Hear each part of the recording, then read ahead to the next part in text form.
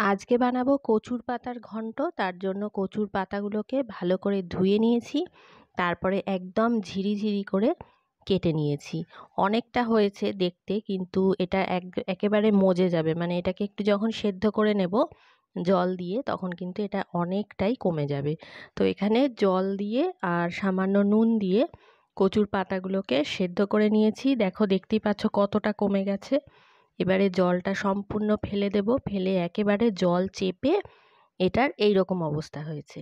এইবারে এটাকে ঘন্ট বানাবো। তার জন্য প্রথমেই কড়াইয়ের মধ্যে দিয়ে দিয়েছি বেশ খানিকটা পরিমাণে সর্ষের তেল।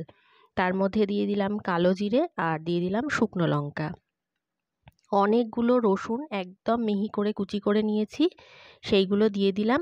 দিয়ে এবার বেশ ভালো করে রসুনটাকে ভেজে নেব, রসুন ভাজার গন্ধ বেরোনো পর্যন্ত। তারপরে দিয়ে দেব পেঁয়াজ কুচি। পেঁয়াজ কুচিটা দিয়েও ভালো করে ভেজে নিতে হবে, বেশ একটু লাল লাল করে।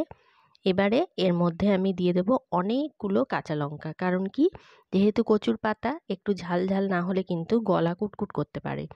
তো সেই জন্য কাঁচা লঙ্কা দিয়ে দিলাম অনেকটা পরিমাণে। এইবারে এই যে কচুর পাতাটা যে সেদ্ধ করে রেখেছিলাম সেইটাই এর মধ্যে দিয়ে দেব। দিয়ে খুব ভালো করে এটাকে একেবারে মজিয়ে ফেলতে হবে, মানে জলো ভাব যেন একদম না থাকে।